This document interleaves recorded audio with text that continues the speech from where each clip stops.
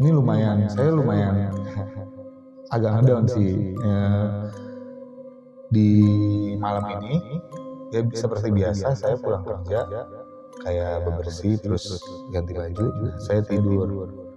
Di selang waktu saya menunggu ngantuk, saya dengar suara itu lagi, tapi ini lebih rame mas. Kondisi lagi hujan, penerangan juga minim di luar. Ada yang gini mas. Jadi di toilet atas itu ada bathtub mas, bathtub yang ada hordengnya. Nah di atasnya itu ada shower, itu showernya nyala mas, nyala.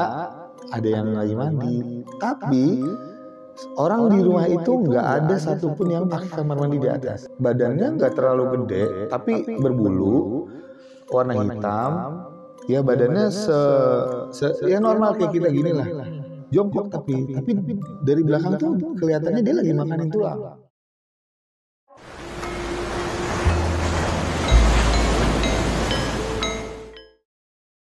Assalamualaikum warahmatullahi wabarakatuh. Kembali di channel Lautan Mistis seperti biasa bersama gue Rizko. Nah, kali ini kita kedatangan satu narasumber mau cerita tentang pengalamannya ketika menempati satu rumah kurang lebih 2 bulan. Di rumah itu apa aja yang dialami, kita sapa dulu. Samping gue ada Bang Yuda. Halo Bang Yuda. Halo. Gimana mas. Kabarnya Bang? Alhamdulillah baik. Alhamdulillah baik. Jadi kebetulan Bang Yuda ini satu kantor sama gue. Jadi ada kesempatan beliau cerita tentang pengalamannya ketika di daerah Jakarta Selatan ya? Iya. Itu boleh ceritain sedikit ya Bang? Di sana tuh apa yang dialami? Jadi cerita sebentar ya soal rumah itu. Jadi rumah itu tuh rumahnya tante gitu. Rumah tante yang memang ukuran itu besar gitu. Saking besarnya tuh banyak banget kamar yang kosong gitu. Jadi kenapa bisa pindah ke situ, tinggal di situ karena ya memang diminta sama tante. Dan kebetulan kantor itu dekat dari rumah tante tersebut. Jadi jaraknya tuh sekitar 10-15 menit perjalanan naik motor aja. Jadi efisien kan? Lebih efisien soal waktu sama ongkos gitu.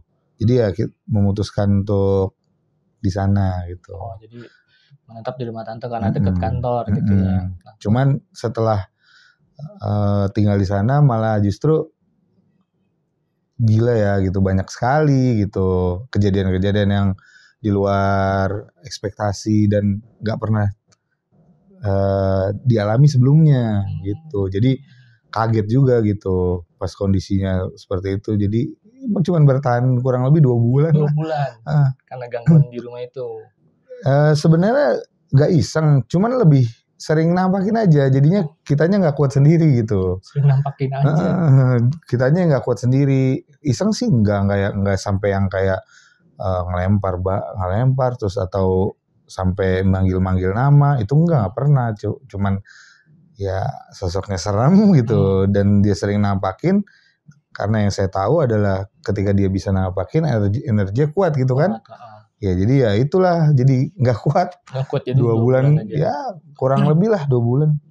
Dalam itu balik lagi ke rumah orang tua. Iya, akhirnya ya memutuskan ya pulang aja lah, nggak apa-apa daripada gila lama-lama gitu. Baik jauh nggak apa-apa, nyaman gitu. Iya. Oke, nah tandur ceritanya nih Bang. Nah sebelum masuk ke cerita, gue mau ngingetin ke kalian, bagi kalian yang belum subscribe channel Lautan Mistis, dibantu kita dengan cara subscribe, like, komen, dan share video ini. Dan juga bagi kalian yang mau jadi narasumber di Lautan Mistis, cara gampang banget. Mampir aja langsung di Instagram kita di lautan.mistis, nanti ada tim kita yang hubungin kalian. Oke, nggak usah lama-lama gini, langsung kita simak cerita dari Bang Yuda.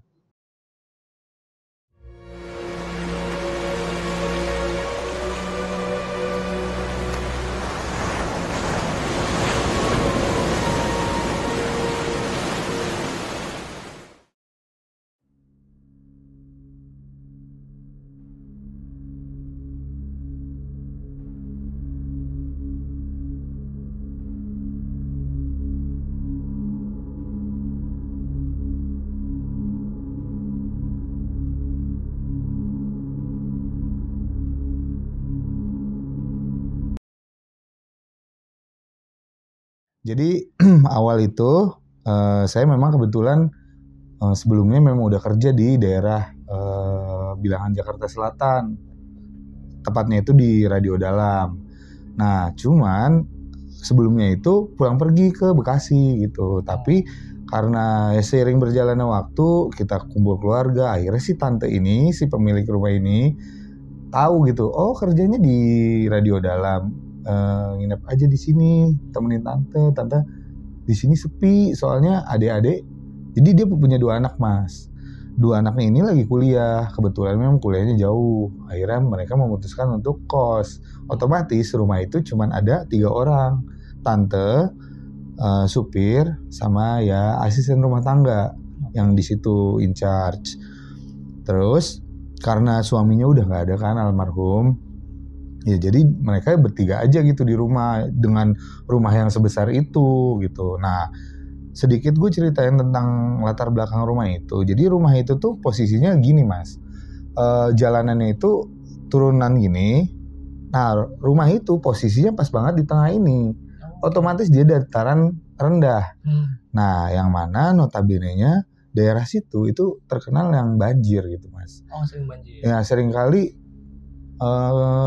tante itu dievakuasi sama tim SAR, dijemput pakai perahu karet karena memang kebanjirannya itu separah itu sampai tengah leher gitu.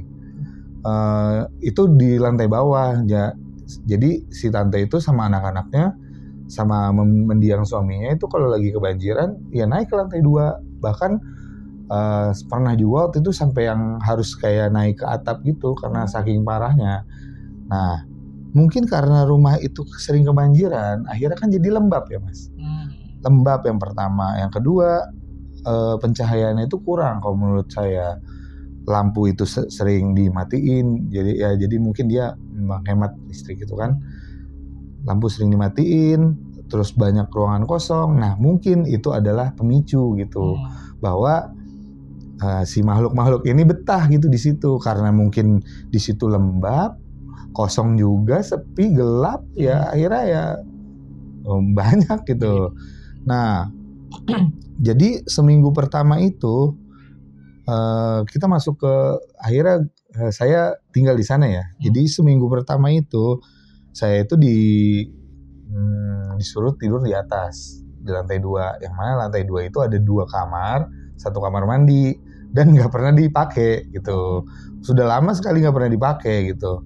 Jadi ya saya nggak mau berpikir yang aneh-aneh gitu kan. Ya udahlah tidurin aja dulu gitu. Jadi di hari pertama saya nginep itu kan saya tidur di lantai 2 di sebelah tangga. Jadi kalau naik kanan itu kamar, seberang sana baru kamar, di sininya kamar mandi gitu. Nah, saya tidur di kamar sebelah tangga. Kamarnya nggak terlalu gede, tapi ya berasa lah hawanya rumah yang udah lama nggak dihuni gitu. Ruangan yang udah lama nggak dimasukin orang gitu. Tapi ya di situ saya ya berpikir positif aja gitu kan. Ya udahlah, tidur aja. Toh juga emang pas banget abis pindahan gitu ya, beberapa barang harus kita pindahin walaupun nggak banyak, tapi ya memakan energi juga. Ya udah akhirnya mutusin buat udahlah tidur aja.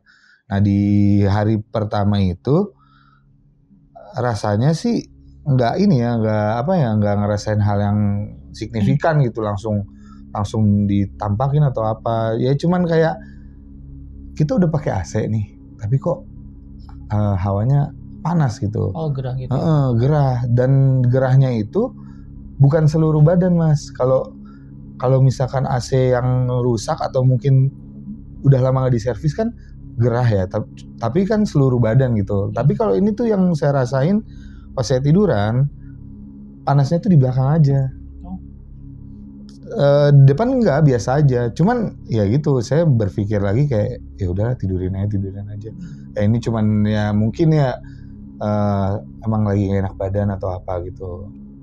Yang saya heran tuh, Mas, kenapa tuh tante itu suka banget sama lampu-lampu yang redup gitu. Ya pokoknya suasana rumah tuh nggak pernah yang terang benderang gitu loh. Jadi selalu yang kayak redup, lampu kuning gitu-gitu, kayak ya lampu sendu-sendu gitu. Jadi kayak support gitu, lokasi dan pencahayaannya mendukung gitu. Nah hari pertama itu ngerasain ya gitu panas. Nah, cuman saya masih kayak berhusnuzon gitu, ya udahlah mungkin capek atau nggak enak badan gitu. Nah di kejadian berikutnya saya lupa di hari keberapa saya nginap. Itu tuh pas saya tidur itu ya kondisinya lampu sudah saya matiin, karena kalau saya tidur itu saya selalu matiin lampu gitu. Ya udah saya matiin, ya di situ tuh sambil nunggu ngantuk saya tuh scroll media sosial gitu Mas, ngeliat. Tapi pas saya lagi scroll itu tuh saya beberapa kali dengar ada suara langkah di luar gitu, suara dek ya, kayak kalau orang di lantai 2 itu pasti kedengaran ya langkahnya ya, kalau misalkan karena kan dia bawahnya kosong gitu, otomatis kayak jalan itu pasti ada suaranya, tapi nggak yang rame gitu, paling cuma kayak satu dek. Waduh, apaan tuh? Saya mikirnya kayak apa tante ya naik gitu. Tapi kan saya males ya, udah males ngecek. Yang pertama saya males, udah mager gitu. Yang kedua saya tuh tipikal orang yang bukan seberani itu gitu. Saya penakut. Jadi saya nggak mau memastikan bahwa itu tuh bukan setan atau apa gitu kan. Jadi saya udah saya diemin aja. Walaupun sampai beberapa kali tuh saya perhatiin suaranya masih ada gitu. Terus ini kejadiannya ini saya lumayan agak ngedown sih di malam ini. Ya seperti biasa saya pulang kerja kayak bebersih terus ganti baju. Nah saya tidur di selang waktu saya menunggu ngantuk. Saya dengar suara itu lagi, tapi ini lebih rame Mas, lebih kayak orang mondar-mandir tapi rame gitu. Duduk. Nah, itu di situ saya udah ngerasa nggak beres nih kayaknya nih. Gitu. Tapi saya nggak mau ngomong ke tante kalau saya ngalamin ini itu gitu. Ya udahlah, biarin aja, kasihan gitu. Mikirnya kayak nanti kalau misalkan kayak gitu cerita, nanti dianya khawatir sama saya, jadinya nggak enak gitu. Karena mungkin saya mikirnya kayak dia habis kehilangan suami, sedih gitu kan. Jadi ya mungkin kehadiran saya di situ bisa ngobatin sedihnya dia gitu kan. Saya nemenin ngobrol atau apa gitu. Ya, itu bener-bener yang seramai itu Mas. Saya tuh sampai pas bangun tidurnya itu, saya kan besoknya masih kerja tuh Mas. Bangun tidur itu saya berpikir bahwa tadi malam apaan ya? Ini jangan-jangan masih ada yang nungguin nih di luar gitu. Kalau emang beneran setan gitu kan. Tapi ya itu nekat aja udahlah orang mau kerja gitu kan, udah rapi-rapi. Tapi ya itu Mas, buat gua orangnya penakut, jadi buru-buru gitu, mau mandi juga begitu aja udah andukan lari ke kamar, pakai baju udah buru-buru aja ke kantor. Nah terus ada kejadian juga yang bikin saya shock gitu. Ini saya mimpi sih Mas, tapi mimpinya itu di rumah itu gitu. Mimpinya di rumah itu rasanya kayak nyata gitu. Karena ya emang kondisinya saya lagi tidur di kamar itu dan saya mimpinya di situ gitu. Saya bingung sih sebenarnya kenapa kayak begini, apakah nggak seneng gitu kan, apakah si makhluk ini ngerasa bahwa lu ngapain di sini, ini tuh tempat gua gitu. Saya tuh sudah sampai mikir kayak gitu, apa jangan-jangan ada penunggu ya gitu yang nggak suka sama keberadaan gua gitu. Akhirnya di mimpi itu gua lagi tidur Mas, kondisinya itu kamar udah gelap. Nah, di saat ini mimpi ya.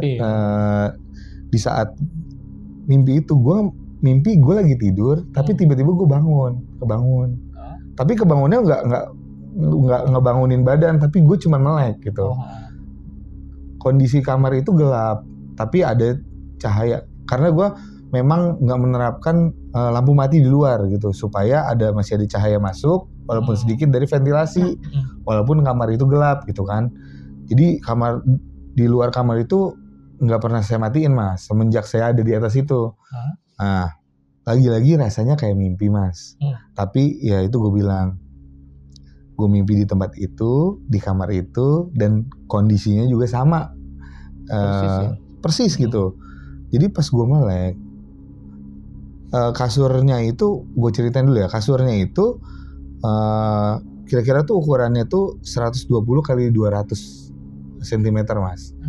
Nah otomatis gue tuh nggak bisa punggung gue tuh nempel di tembok gitu, karena kepalanya di sini nih posisinya kepalanya di sini nih. Jadi kepala di sini, kaki di bawah. Nah posisinya itu lemari di sebelah sini, ada meja di sini. Gitu. Jadi pintu kamarnya itu di sebelah kiri gue. Jadi gue tidur menghadap tembok, yang mana di situ ada meja gitu. Nah pas gue melek, karena pas banget cahayanya itu kan dari lampu, nyorotnya kan ke pojok ya Mas, ke pojok meja. Ini mimpi ya, tapi rasanya tuh ada makhluk Mas di atas meja lagi jongkok.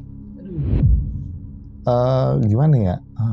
Ya gue kurang begitu jelas gitu makhluknya. Tapi yang pasti besar gitu, kayak gendut, besar, ya hitam gitu. Terus matanya nyala, bulat gede. Ya pas gue ngeliat itu, gue langsung bangun. Oh kebangun? Kebangun, bener-bener yang kebangun.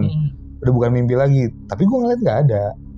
Cuma kan gue mikir, di kondisi yang sama. Ini kondisinya sama gitu. Lampu mati kamar. Gue lagi tidur gitu. Kamarnya sama. Mending deh kalau kamarnya beda. Kamarnya sama. Posisi barangnya sama. Kan gue jadi mikirnya kemana-mana ya Mas. Aduh, ini apa beneran ada ya di sini? Cuman ya gue nggak bisa punya kekuatan buat ngeliat dia, atau dia juga belum punya kekuatan yang cukup buat nunjukin keberadaan dia gitu. Di situ gue udah mulai goyang Mas. Aduh, pindah aja kali ya ke bawah. Karena udah ngerasa nggak beres gitu. Yang pertama itu yang tiba-tiba ribut di luar gitu kan. Terus yang kedua mimpi itu. Jadi rasanya kayaknya emang beneran ada nih gitu kan. Cuman dia belum aja gitu, belum frontal aja nunjukinnya gitu. Ya udah, ya selayaknya ini ya orang beriman gitu kan, ya saya istighfar gitu kan. Kalau misalkan emang ada, ya udah jangan nunjukin gitu. Ya udah kita sama-sama ya, yang penting jangan nunjukin. Kalau lu tuh ada di situ gitu, cukup udah di situ aja. Karena gue takut, gue nggak berani gitu. Kalau misalkan lu sampai nunjukin sosok lu gitu. Nah di hari itu udah habis Mas, maksudnya udah lewat gitu. Gue pun sempat ngerasa kayak ini nggak beres nih, kayaknya ini aja ya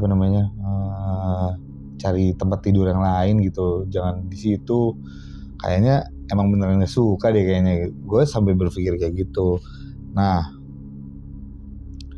akhirnya gue memutuskan di malam berikutnya itu, jadi setelah kejadian itu gue kerja seperti biasa, terus gue pulang, ya memang dengan pulang itu gue dengan rasa yang amburadul gitu Mas, acak-acakan gitu. Antara ya balik lagi, gue dari awal bilang gue bukan orang yang pemberani gitu. Jangankan menunjukkan gitu gangguan yang non verbal aja gue mungkin bisa ngibrit gitu kan.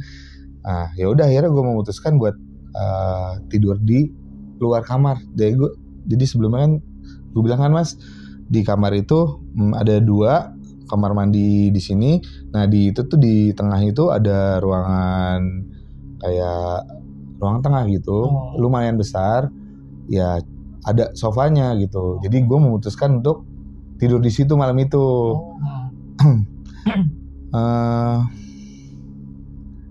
Kalau yang saat itu gue tidur Mas, memang kekhawatiran gue cuma satu. Ini yang ribut-ribut tadi malam di luar nih, ini apa nih? Nah Kalau misalkan gue tidur di sini, dia masih begitu nggak, gitu kan? Semoga aja nggak. Dan itu kondisinya lampu nyala ya mas. Sebelumnya gue tidur selalu matiin lampu. Jadi di situ gue dengan terpaksa harus nyalain lampu karena gue nggak mau ada kejadian-kejadian yang bikin gue makin ngedon gitu di situ. Tapi lampu kamar tetap gue matiin. Udahlah terserah lu mau tidur di situ dah gitu. Udah di situ. Nah malam itu alhamdulillahnya gue nggak ngerasain apa-apa. Oh aman. Aman. Nah di hari selanjutnya, nah ceritanya ini tuh gue pulang kerja agak lumayan malam nih mas. Karena waktu itu tuh hari Jumat. Jadi setelah kerja, jam kerja selesai ya kita mutusin buat nongkrong sama teman-teman dulu gitu. Nah pulang dari itu sekitar jam 11:30 lah nyampe rumah tante itu jam 11:30 gitu. Ya lagi-lagi gue nggak mau ketahuan kalau gue takut, makanya gue nggak mau tidur di bawah gitu kan. Jadi gue memaksakan diri buat tidur di atas walaupun gue udah pulang terlalu larut malam gitu kan. Akhirnya ya gue pulang gitu, gue naik ke atas. Pas gue naik yang gue lihat apa mas? Jadi gue ngelihat sosok yang di mimpi gue itu, tapi dia di balkon. Nah kondisinya balkon itu lampunya kuning dan jendelanya hordengnya. Jadi ada 2 lapis mas. Yang satu yang lumayan tebal, yang satu lagi yang putih tuh, yang agak jaring-jaring.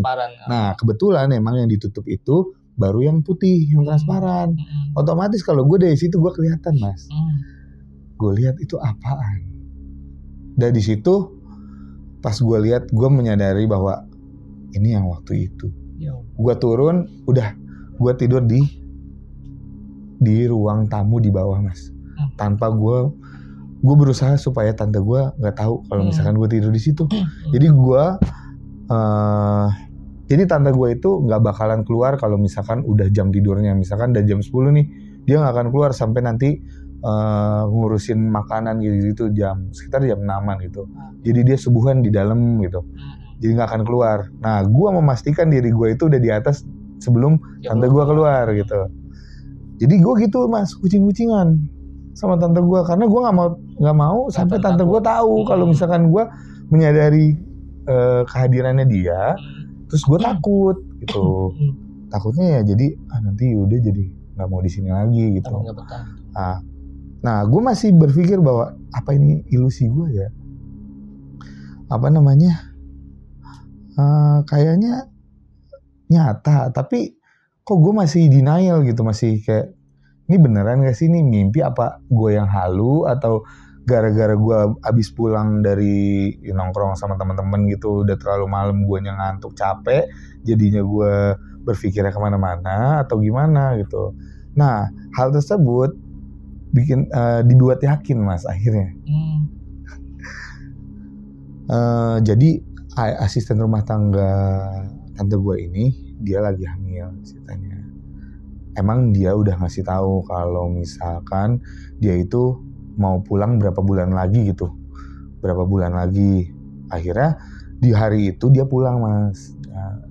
Dia nggak pernah loh mas cerita-cerita tentang hal kejadian yang dialami di situ. Karena emang dia orang yang tertutup. Karena gue rasa tapi dia pernah gitu ngalamin. Dan gue rasa juga tante gue tahu gitu hal-hal tersebut tuh tahu. Dan supirnya juga pasti ya yakin tahu juga gitu. Nah akhirnya karena si asisten rumah tangganya ini harus pulang ke kampungnya karena mau lahiran, digantiin lah sama yang baru, ART baru. Seminggu berjalan, jadi kondisinya itu ini maghrib mas, mau maghrib gitu ya, udah mulai ada ngaji gitu di masjid tuh.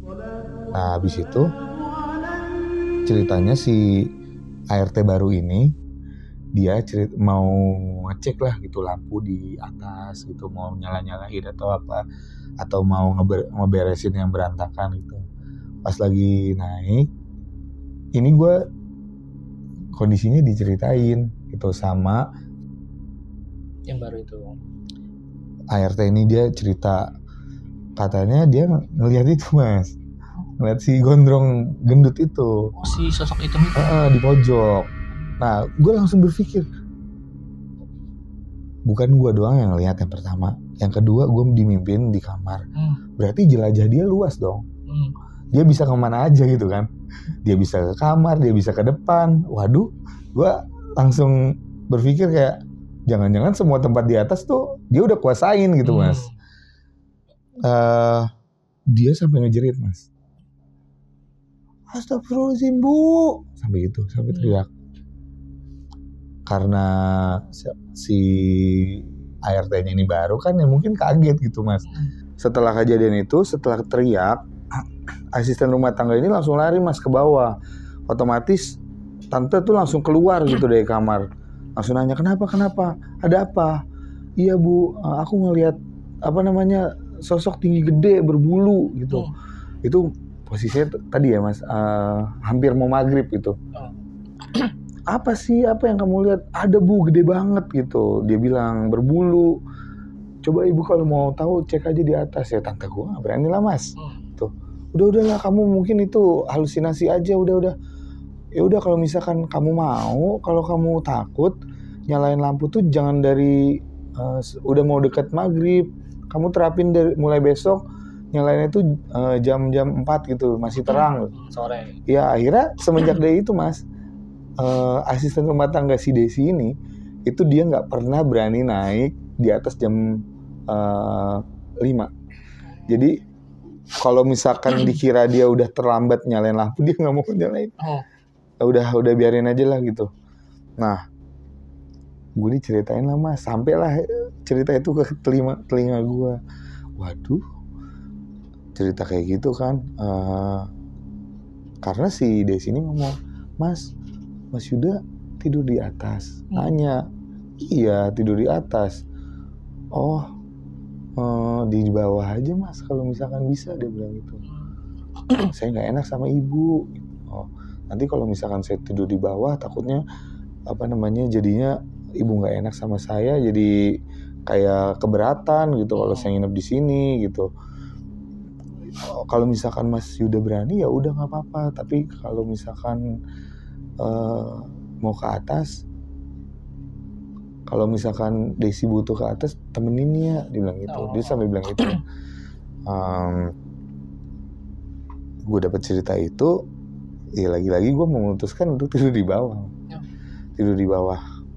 Nah, sebenarnya yang awal pertama gue tahu itu di atas, karena ya mungkin gue sehari-hari di situ ya mas. Nah, tapi ternyata gue dengar cerita dari supir dan tante gue itu tuh ada juga yang di kolam renang mas. Jadi di rumah itu ada kolam renang. Oh iya, jadi mungkin ke skip ya, tadi gue ceritain tentang denahnya dulu. Jadi rumahnya itu di pinggir jalan banget, yang pertama. Yang kedua, itu tuh rumahnya gede dan masuk gitu ke garasi itu lumayan panjang mas. Di sebelah jalanan mau ke garasi itu tuh ada kolam renang. Kolam renangnya lumayan besar. Dan itu udah lama terbengkalai gitu. Rumahnya 2 lantai, di bawah itu ada 3 kamar. Kemudian di atas itu ada 2 kamar, 1 kamar mandi gitu. Nah, di belakang rumah banget itu ada kamar asisten rumah tangga beserta supir. Nah, ya sedikit gambaran lah tentang rumahnya itu kayak gitu. Nah, jadi di lantai bawah itu ada 2 level nih mas. Ini lebih tinggi dari yang ini. Nah, dataran ini itu tuh biasa dipakai buat keluarga, tamu gitu pada ngumpul. Nah di sini itu tuh kalau naik ke tangga itu dia level nih, sekitar 2 atau 3 anak tangga itu naik. Nah itu tuh di situ kamar utama, kamar anak 2 gitu. Nah di bawahnya sini, di bawahnya level ini di tangga itu rumah meja makan. Di belakangnya itu dapur bersih gitu.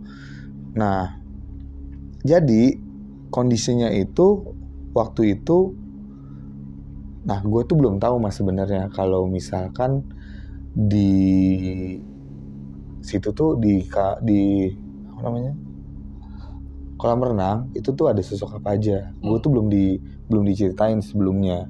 Tapi tante tuh cuma ngasih tahu di sini tuh ada gitu. Di sini tuh ada. Nah, tapi gue bukan tipe yang mau nyari tahu dan mau nantang gitu kan. Mana ada, tunjukin gitu enggak. Ya udah masing-masing aja lu gua gitu. Sampai di satu hari itu udah kejadiannya udah lama dan gue masih bertahan dengan tidur di bawah tanpa ketahuan karena gue udah nggak berani lagi ke atas mas. Habis itu tuh kondisinya lagi hujan.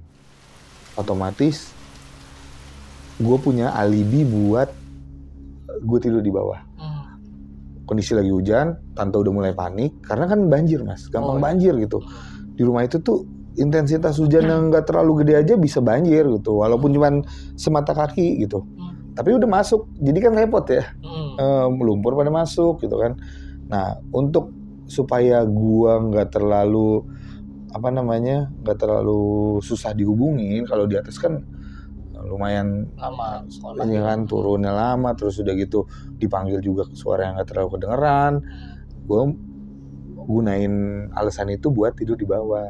Gue bilang ke tante gue, Tan, aku tidur di sini aja karena ini kan lagi hujan. Takutnya kalau misalnya di atas kita sama-sama nggak tahu kondisinya atau udah air udah naik gitu. Jadi di sini aja supaya kita bisa was-was gitu, supaya bisa siap-siap gitu. Oh ya udah, emang nggak apa-apa di sini? Iya nggak apa-apa, orang sofanya gede banget, jadi ya nyaman aja buat tidur gitu. Ya udah nggak apa-apa nih tante di kamar ya. Udah oke. Gue disitulah ya gue udah mulai tenang lah gitu kayak alhamdulillah nih gue bisa punya alasan buat tidur di bawah tanpa harus kucing-kucingan gitu kan. Di saat itu mas itu hujan lumayan makin deras. Makin deras, kondisinya itu kolam renang itu ada satu kamar mandi toilet yang nggak keurus deh mas pokoknya definisi toilet ruang toilet kamar mandi yang toilet kolam renang yang nggak keurus, yang ya bener-bener yang udah banyak lumut, terus di atapnya banyak pohon-pohon pada jatuhan, gitulah. Gue aja males mas maksudnya ke situ tuh males gitu, ngapain gitu, nggak enak juga gitu. Nah di saat itu gue tuh ngerasa lapar mas, lapar lagi gitu kan. Emang si tante ini selalu sedia mie instan gitu. Akhirnya ya udah gue rebus aja itu mie instan di dapur bersih. Kebetulan memang ada kompor. Nah dapur itu kan hadap-hadapan sama jendela yang langsung ke kolam renang. Jadi jendelanya itu benar-benar full kaca, cuman ada frame kayu aja. Jadi kalau misalkan itu kebuka, itu tuh udah kelihatan banget di luar gitu. Ya tapi saya nggak berpikir apa-apa, cuek gitu. Lagi masak. Ini ngeselin sih, saya lagi masak, nggak sengaja. Setelah selesai masak, saya tuang mie, ya pandangan saya itu nggak sengaja ngeliat ke sana mas, ke kolam. Kondisi lagi hujan, penerangan juga minim di luar, ada yang gini mas, itu putih. Gue nggak tahu dia ngapain, tapi dia kayak gitu. Jadi ini kolam renangnya, kotak. Nah di tengah-tengahnya ini itu toilet yang nggak keurus. Ya dia di situ, gitu. Terus dia diem, terus gitu lagi. Saya nggak ngeliatin lama karena wah begini lagi yang dilihatinnya itu. Wah mas, gua dari tadinya lapar ya, sampai itu mie gue diemin sampai lodo mas. Sampai gak mikir apaan itu tadi. Nah setelah kejadian itu gue selalu mastiin jendela itu ketutup. Kalau udah maghrib jendela udah harus ketutup gitu. Karena kalau misalkan kebuka tuh gue kepikiran yang lalu-lalu gitu, yang itu. Jadi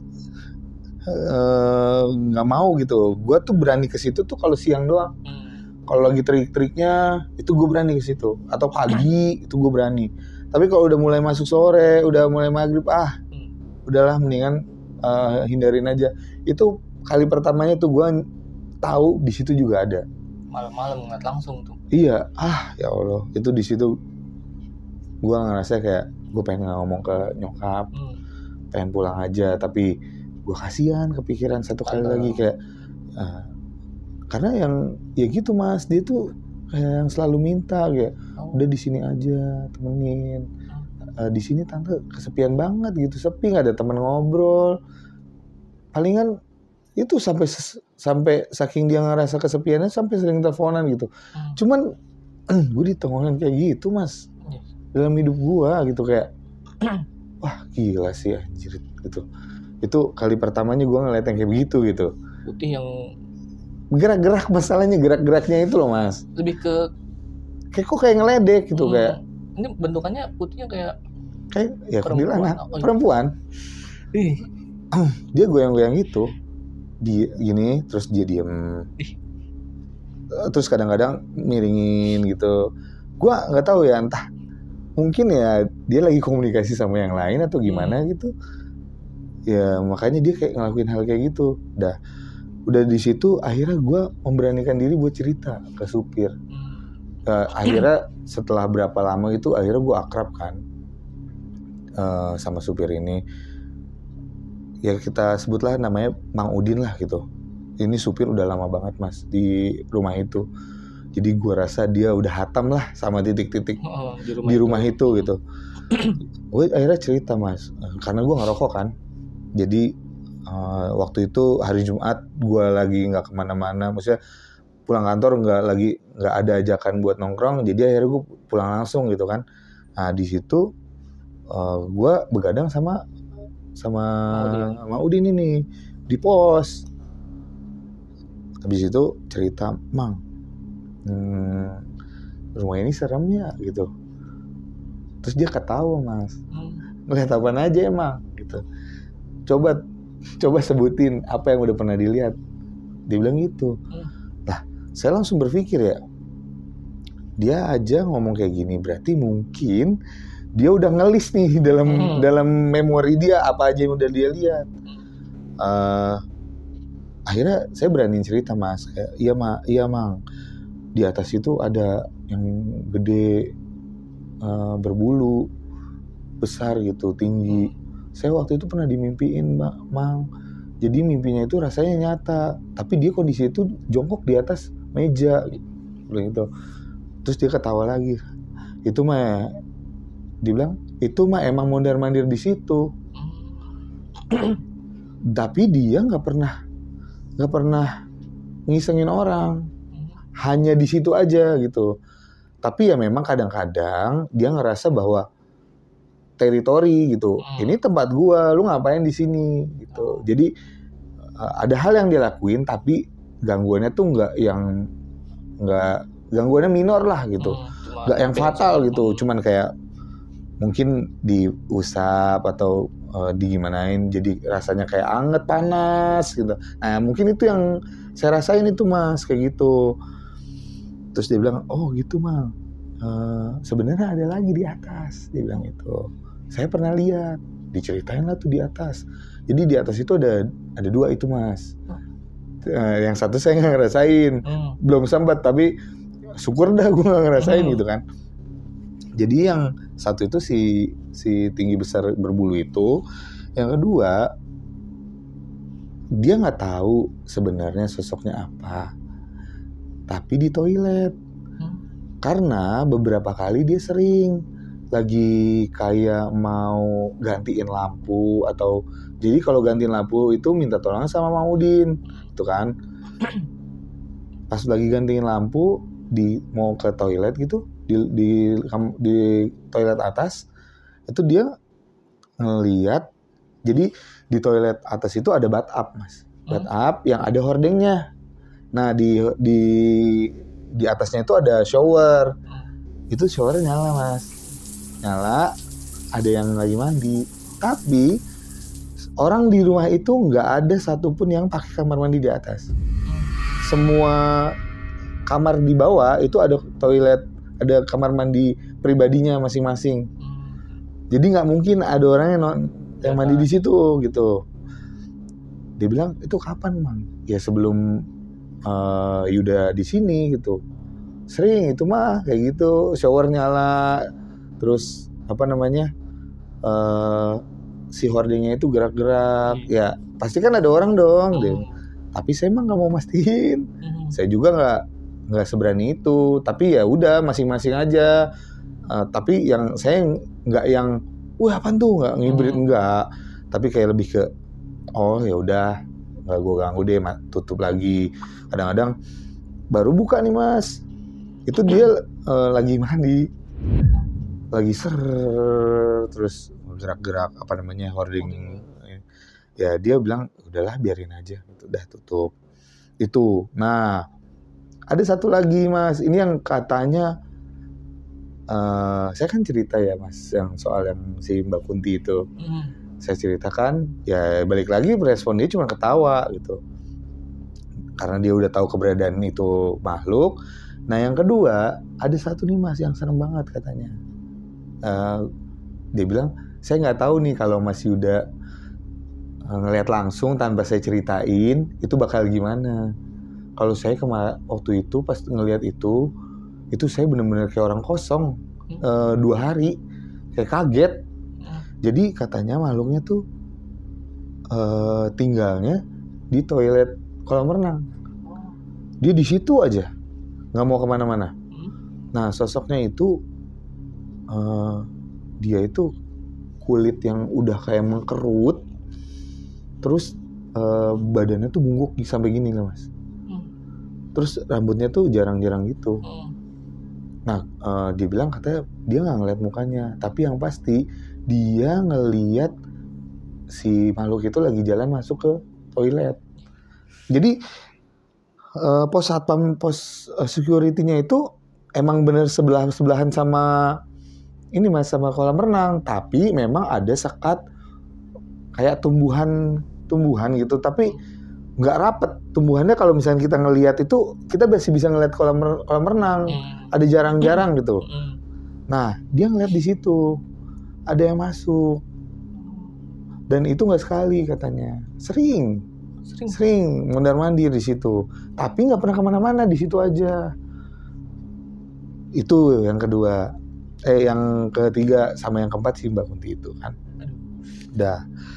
Nah dia bilang ada sih satu kejadian yang bikin dia dia tuh sampai ngewanti-wanti ke orang rumah dan ke asisten rumah tangga juga, bahwa lu harus ngelakuin ini supaya nih makhluk nih nggak begini lagi gitu. Jadi kondisinya waktu itu memang itu gue belum ada juga ya Mas. Gue diceritain juga kondisinya itu si orang rumah itu ceritanya habis masak daging gitu, yang mana masih ada tulang-tulangnya gitu lah Mas, daging sapi kalau nggak salah. Ya makan, biasanya kan kalau iga itu kan pasti ada sisa tulangnya ya Mas. Nah tulangnya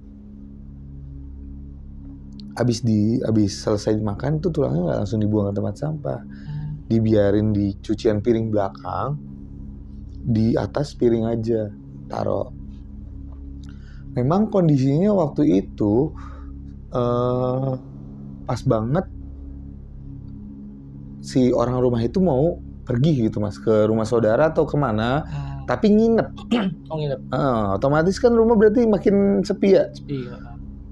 Habis itu, nah si asisten rumah tangga yang izin pulang kampung yang hamil, ceritanya dia itu habis rapi-rapi dapur, bersih sama meja makan gitu ya, sama isi rumah dirapi-rapiin gitulah ya kan. di dekat meja makan dalam itu ada penghubung buat ke dapur kotor dan kamar asisten rumah tangga beserta supir. Nah, pas banget dia lagi balik ke tempat cucian piring kotor, itu ada makhluk, Mas, lagi jongkok di cucian piring. Badannya nggak terlalu gede tapi berbulu, warna hitam. Ya badannya ya normal kayak kita gini lah, jongkok tapi dari belakang tuh kelihatannya dia lagi makanin tulang. Ya di situ katanya si Mbak asisten rumah tangga itu tutup pintu pelan-pelan, taruh semua piring yang lagi diangkut, taruh dia ke depan. Ngomong ke Mang Udin, itu ada apaan di belakang? Nah semenjak itu udah Mang Udin mewanti-wanti isi rumah bahwa kalau bisa sebelum jam 5 sampah udah harus dikeluarin. Jangan ada sampah-sampah tulang atau bekas-bekas makanan yang disisain di atas piring sampai bermalam gitu. Karena karena kejadian itu, Mas.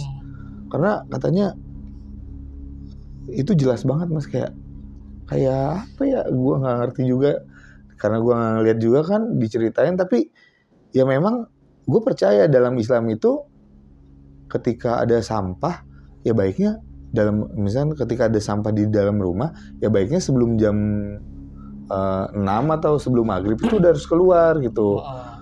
Karena ya sampah kan makanan jin, setan gitu kan. Apalagi tulang-tulang gitu. Termasuk kayak bekas-bekas pampers atau bekas softtek gitu kan tuh harus dikeluarin segera gitu kan. Nah gue percaya akan hal itu. Ya itu mungkin aja jin gitu. Yang lagi makan tulang gitu. Iya lagi makan tulang. Nah terus itu yang di belakang. Ya gue nggak tahu ya itu dia adalah penghuni utama atau emang karena ada sisa-sisa makanan itu makanya dia datang. Pemicunya itu apa memang dia tinggal di situ gitu. Nah ya, terus selanjutnya kalau ini gue pernah ngalamin, Mas, cuman gue kayaknya nggak peduli gitu loh. Satu hari gue pulang, jadi kalau parkir motor itu di samping, jadi di parkiran mobil, tapi di situ ada space buat motor memang, tapi ngelewatin pohon gede, pohonnya pohon nangka. Di dalam rumah ada pohon nangka? Di luar sebenarnya pohon nangkanya, tapi karena saking gedenya itu tuh ya jadi nutupin rumah, jadi adem gitu rumah, jadi gak kena sinar matahari. Ya gua lagi parkir, gua nggak tahu sosoknya, tapi ya dia hanya suara gitu. Aduh, gua nyontohinnya gimana ya? Mungkin nih gue contohin. Jadi suaranya tuh, nah gitu. Malam-malam tuh. Malam. Gue di situ berpikir kayak, apaan tuh? Gue langsung kunci motor, gue langsung lari masuk.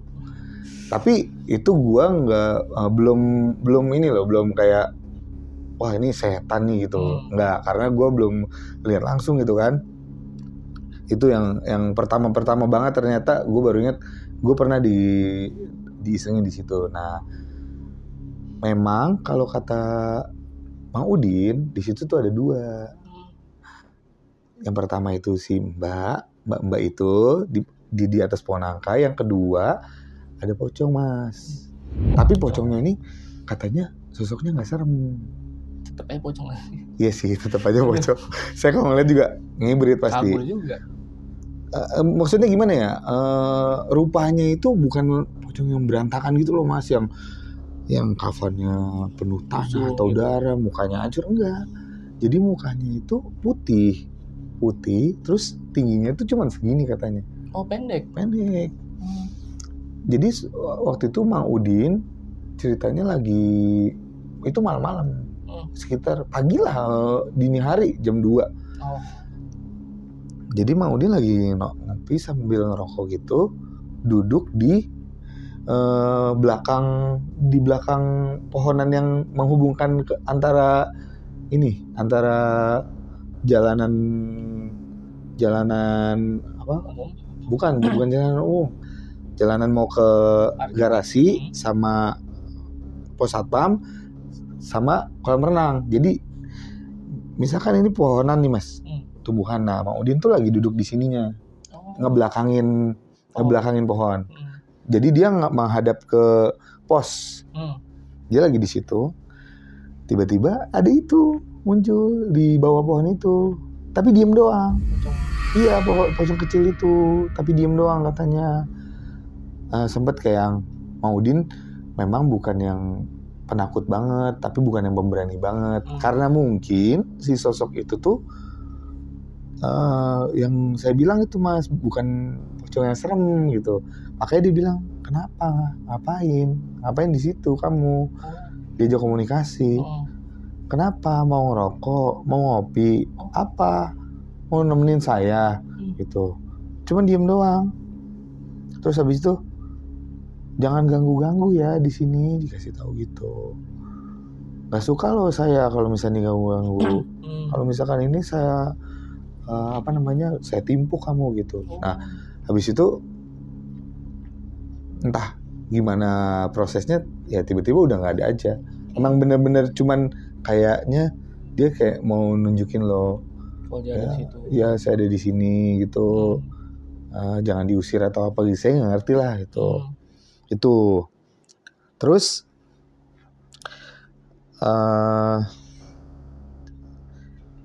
untuk kejadian yang selanjutnya, kalau ini yang mengalami itu Mang Udin.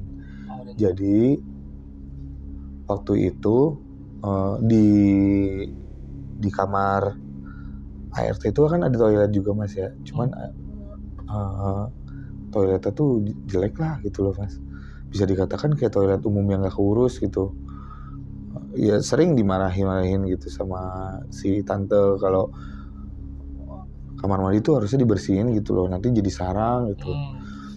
Nah, satu hari Mang Udin itu sore ya Mas, Mang Udin itu mau makan ceritanya sore. Jadi kalau dia masuk dari carport, dari garasi mobil ke kamar asisten rumah tangga itu juga bisa. Jadi ada pintunya 2 gitu.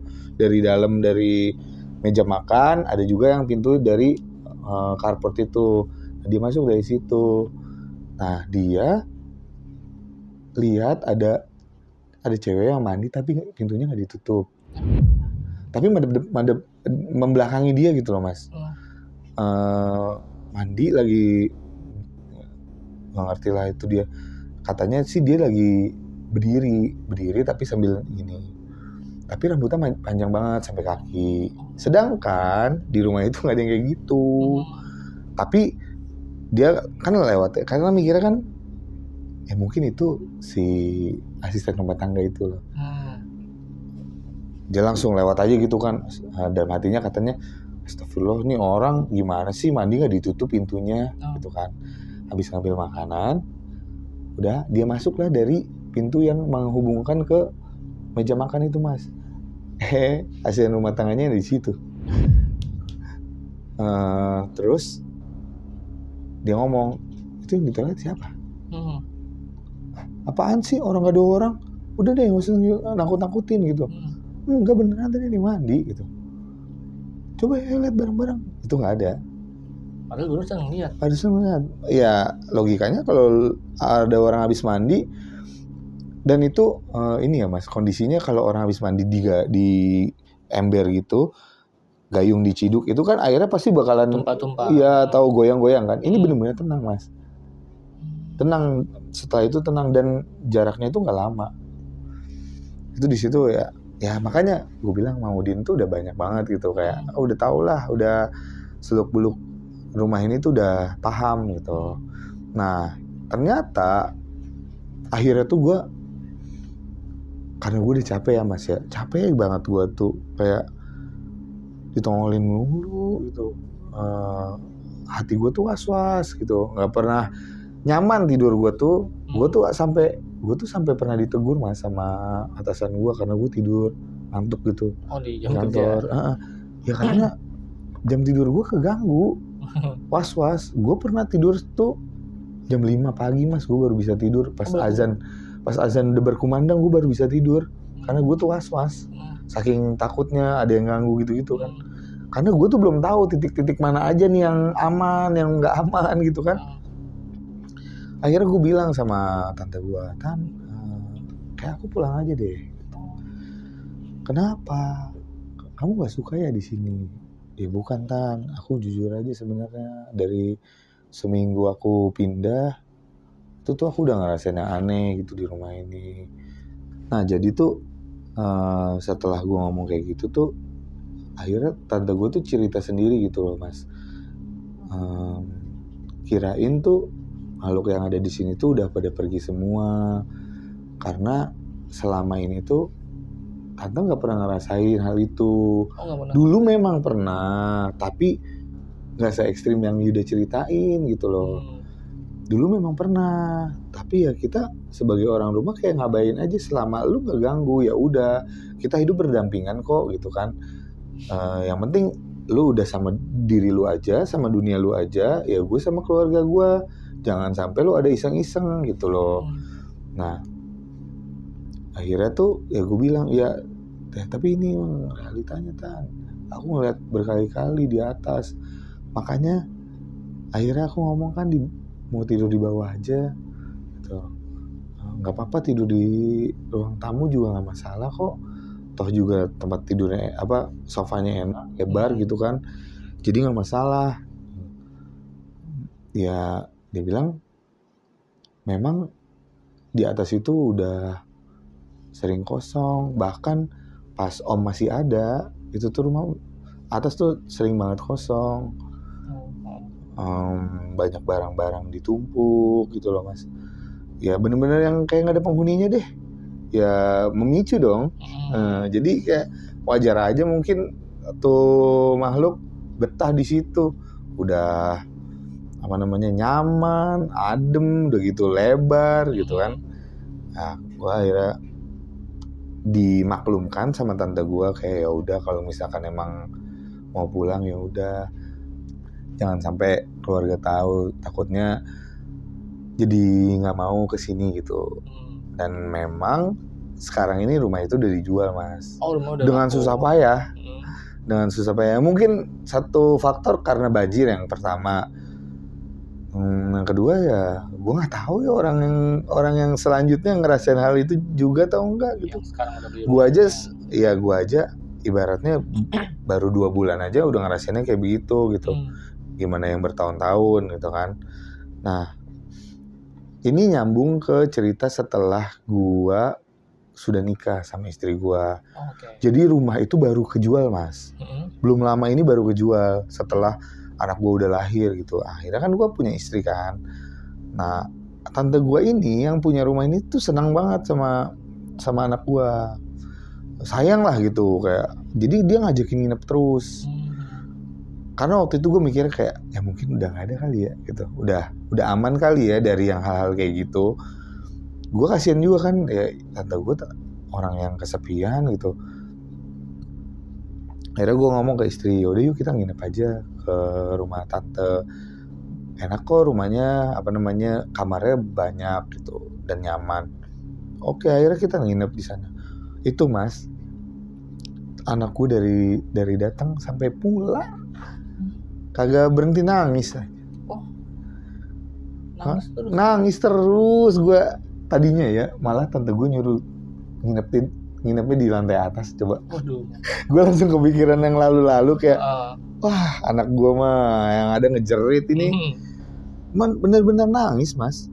Gue tuh sampai bingung kenapa ya kok begini.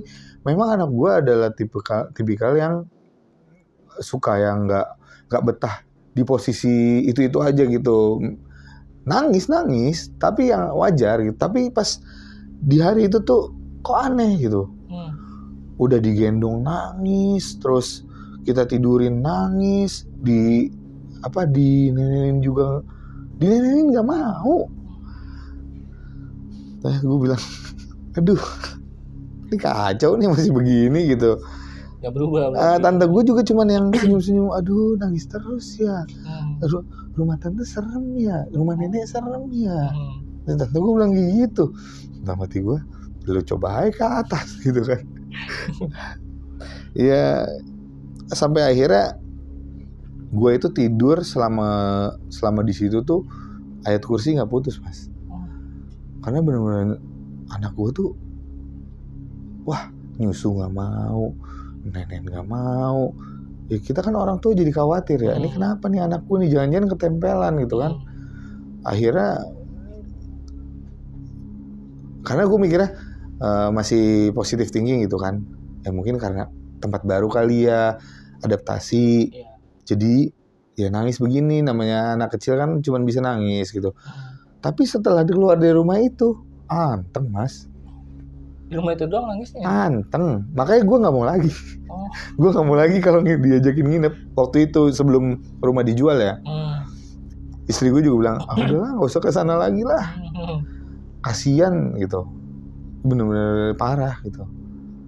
Ya itulah rumah yang menurut gue adalah seharusnya ya kamar nggak boleh banyak yang kosong gitu ya. Yang memicu juga ya, mungkin gue nggak bisa ngasih tahu asal muasal si makhluk itu ada di situ tuh gimana. Tapi yang gue tahu adalah banyak pemicu yang bikin makhluk itu tuh nyaman di dalam situ. Yang kolam renang terbengkalai, kolam renangnya banyak lumut, Mas. Udah nggak kepikiran gue berenang di situ. Itu sama-sama nggak dipakai berarti ya? Karena banjir, Mas. Banjir, otomatis kan lumpur masuk semua ke situ. Untuk maintenance kolam renang itu kan mahal ya. Ditambah lagi udah nggak ada. Otomatis ya udah ini kan udah harus prihatin gitu ya, mau digimanain lagi kolam renangnya mahal perawatannya. Ya, jadi akhirnya terbengkalai bertahun-tahun. Pokoknya juga dalam juga ya? Lumayan dalam. Jadi dia tuh ada levelnya gitu loh. Lama-lama dalam. Itu sih, Mas, yang perempuan joget-joget itu gue heran. Yang di kolam renang tuh yang cewek joget. Tapi emang lu kalau kesana, Mas, siang aja nggak enak sih. Auranya udah mencekam juga pasti yang. Ya kayak ya lu kalau misalkan dikasih tahu rumah ini horor, terus kondisi rumahnya itu mendukung cerita dari orang-orang bahwa rumah itu horor, lu pasti nggak bisa gambarin dong. Ya itu kayak gitu. Walaupun ya, Mas, walaupun itu di pinggir jalan loh. Jalan utama. Jadi mobil itu lalu lalang di situ. Jadi sebenarnya berisik di situ, tapi nggak tahu, sunyi aja rasanya. Jalan rumah sunyi. Iya. Oke.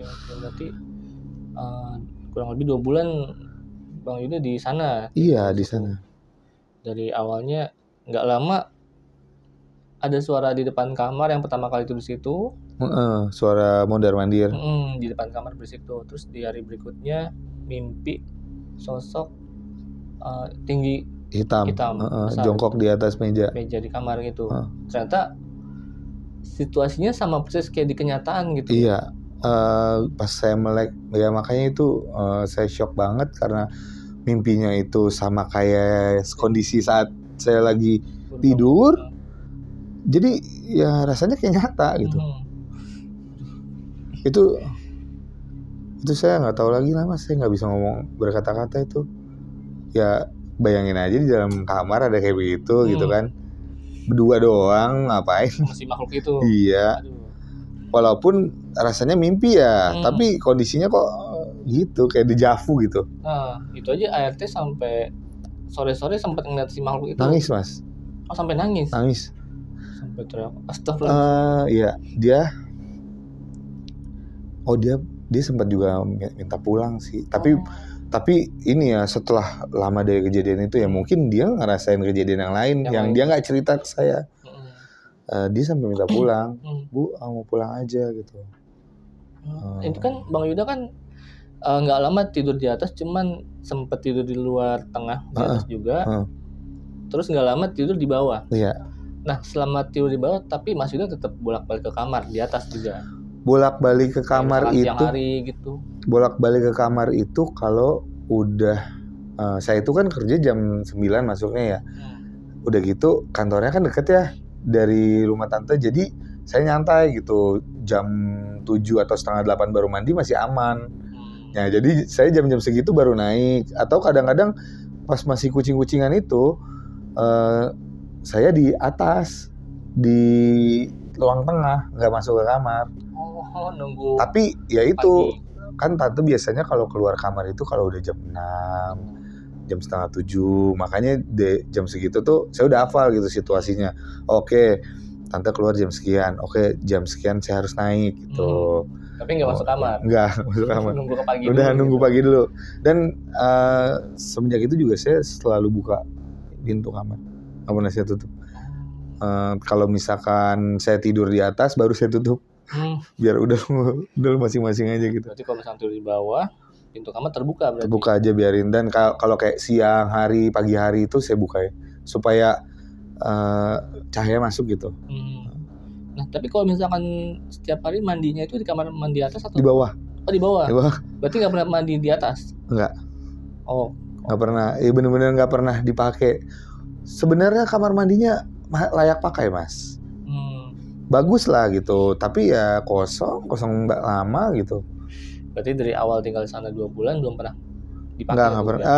Pernah ya kayak wudu doang sih, wudu. Tapi saya nggak pernah ngalamin yang dialami Pak Udin itu. Iya. Alhamdulillahnya. Shower nyala sendiri. Nah, ya udah gitu, saya kan banyak ngabisin waktu di kantor ya, jadi jarang ke toilet buat wudu atau pipis ya, cuma palingan di bawah dulu karena di bawah tangga itu ada toilet. Oh, oke. Jadi lebih aman. Yang di bawah lebih aman, Mas. Lebih aman gitu, daripada mencekam di atas gitu. Nah, tapi ketika sempat di kamar di atas buat wudu ya, itu nggak ngalamin sama sekali tuh? Alhamdulillah enggak. Alhamdulillah. Tapi saya penasaran sebenarnya sama kamar yang satunya, Mas. Oh, yang ngadep ke balkon? Bukan, yang ngadep ke balkon kan itu yang saya tidurin. Oh, oke. Yang sini yang samping toilet. Itu saya penasaran sama kamar itu. Nah, itu kosong atau ada perabotan atau? Ada banyak beberapa perabotan kayak yang udah nggak dipakai. Terus ada juga banyak baju, Mas. Nah, yang saya tahu kita juga nggak boleh ngegantung baju nggak sih? Ngegantung baju yang terus tapi nggak ditutup gitu, nggak ditutup di lemari. Itu tuh banyak yang ngegantung-gantung gitu. Lemarinya terbuka tuh. Lemari, bahkan nggak di lemari, Mas. Oh, jadi gantung-gantung baju aja gitu? Iya, gantung-gantung baju aja di nggak tahu deh, saya kayaknya pernah lihat sedikit gitu kayak dikasih tembaga gitu di antara tembok sama tembok. Itu tuh dicantel-cantelin gitu. Saya pernah masuk, cuman nemenin tante kayak bantuin rapi-rapi aja. Jadi saya nggak ngalamin hal yang. Tapi saya yakin di situ juga ada. Karena kosong juga kan. Berarti kondisi rumah itu saat ini udah terjual? Sudah terjual, tapi saya nggak tahu nih masih ada bentuk rumahnya apa udah diratain. Terakhir pernah lewat rumah itu lagi nggak? Aduh, terakhir kayaknya yang nginep itu deh, Mas. Yang sama istri sama anak itu. Itu terakhir. Bentar. Iya, kayaknya itu yang terakhir deh.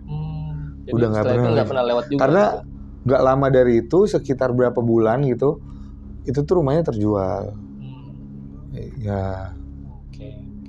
Berarti ceritanya udah tadi sekian cerita pengalaman.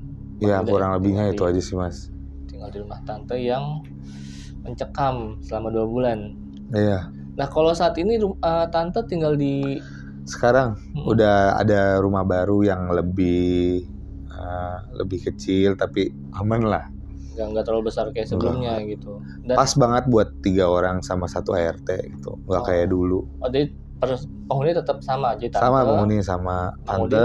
Enggak, Mang Udin udah nggak kerja di situ lagi.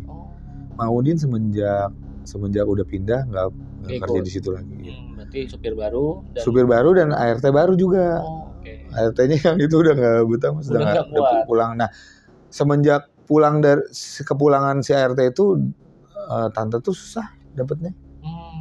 Susah dapat pengganti. Susah dapat penggantinya, sampai rumah terjual tuh ART-nya tuh cuman ART yang pulang pergi gitu. Yang nggak nginep ya? Iya, kayaknya nggak mau juga. Saya nggak tahu dah. Oke. Nah, berarti sekian cerita dari Bang Yuda ya. Iya. Cerita tentang tinggal kurang lebih 2 bulan di rumah tante daerah Jakarta Selatan. Oke, terima kasih Bang Yuda udah mampir di Lautan Mistis. Oke, bagi kalian yang belum subscribe channel Lautan Mistis, bantu kita dengan cara subscribe, like, comment, dan share video ini. Dan juga bagi kalian yang mau jadi narasumber di Lautan Mistis, cari gampang banget, mampir aja langsung di Instagram kita di lautan.mistis. Kirim aja voice note kalian di lautan.mistis, nanti ada tim kita yang hubungin kalian. Jadi akhir kata, gua Rizko dan Bang Yuda pamit undur diri. Wassalamualaikum warahmatullahi wabarakatuh.